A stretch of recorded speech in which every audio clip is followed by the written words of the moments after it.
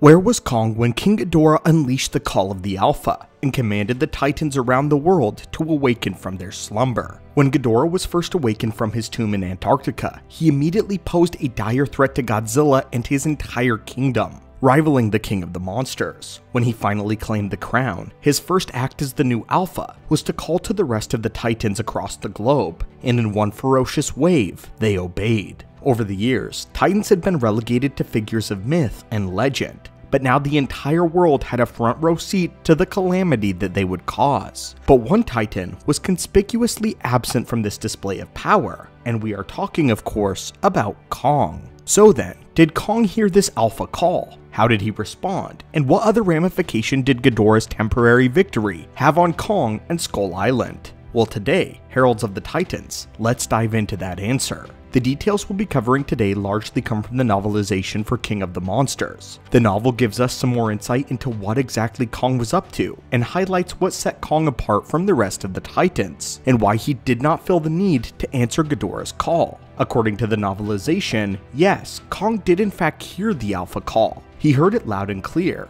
and we learn that this is not the first time that Kong has been privy to a transfer of power, one between Titans, and the transfer of kings. The exact quote from the novel goes as follows: "When he was young, he did not hear them often, but in recent seasons the calls were more and more frequent. Once he had heard one of the others, near, very near to the island, but it wanted nothing of him, so he did not care." End quote. This excerpt highlights a few key details about Kong, the first of which is the rapid awakening of multiple Titans, especially in the more recent years. We know that humans have been more and more frequently exposed to Titan encounters, and this tells us that Titan presence as a whole, not just among humans, is expanding. According to the passage, the former calls the previous apex predators, but revealed that the call wanted nothing from Kong, so he did not investigate or get involved. But Ghidorah's call, which is described next, was different, and Kong had not heard anything like Ghidorah before, giving us a look at exactly what it meant to the Titans. Ghidorah's roar was much more than simply announcing a change of the guard. It was a call to action.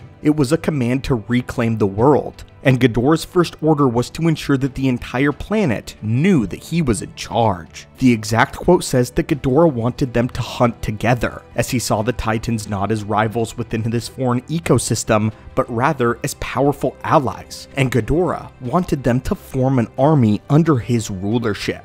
Since Ghidorah arrived from a land among the stars, he is not native to this environment, and as we've talked about multiple times before, this makes him an invasive species, a false king. This means that Godzilla's primary objective all of those years ago was to eradicate this virus, attempting to maintain the balance of the Titan hierarchy. But this quote shows that Ghidorah saw this very differently. Ghidorah wanted an army, but not just one to lay waste to an alien world. Ghidorah, as it would seem, did not want to rule a barren wasteland, but instead wanted Titans to come out of the shadows and join him in his new kingdom. As we would find out later, there are a select few Titans that had no respect for this false king, one of which was actually Kong. It is stated in the novelization that Kong heard responses, and a lot of them, and this event shattered the status quo on Skull Island, altering Kong's home life there forever. Kong has lived out his entire life so far on Skull Island, protecting the local tribes and reigning over his own ecosystem as king, removed from humanity and removed from the hierarchy of the rest of the Titans. All of Skull Island bowed to him.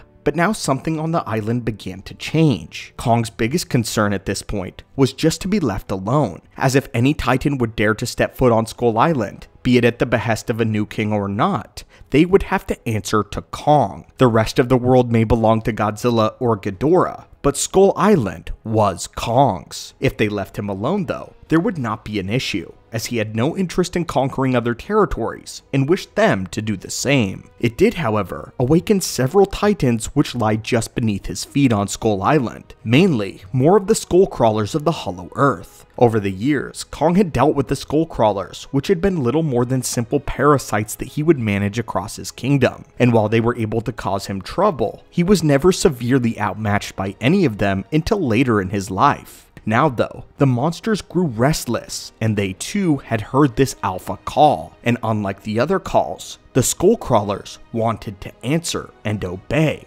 This meant that a newly angered Kong had to clean up the renegade crawlers that were trying to obey the call of a new alpha. But since they could not escape the island, they were left to face a severely pissed off King Kong. This call angered him by upsetting the balance of power in his own ecosystem, because at his core, Kong didn't want what was going to happen in the outside world to occur on Skull Island.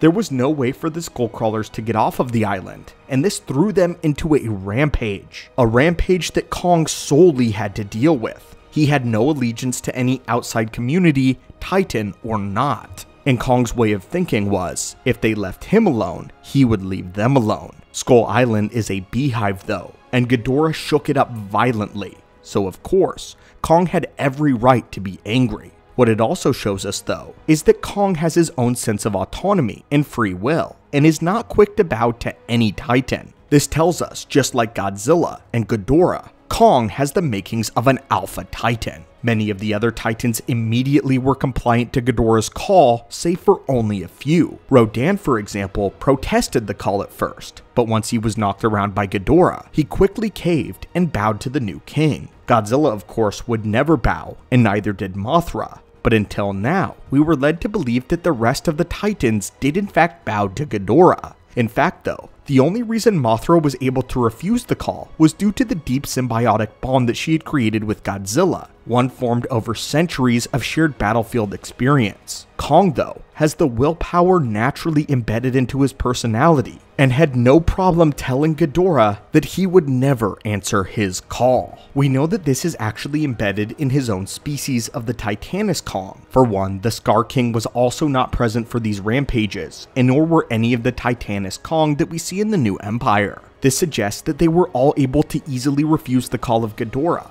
and whether that was due to the influence of the Scar King or their own free will, it tells us that the Titanus Kong are much more immune to the call of any alpha, in large part likely due to their intelligence and their status. And even if other Titans will answer the call, the Kongs are very slow to, having first to have earned the respect of others. What is notable also is Kong has never actually bowed to Godzilla, but the two of them do have a mutual understanding with one another.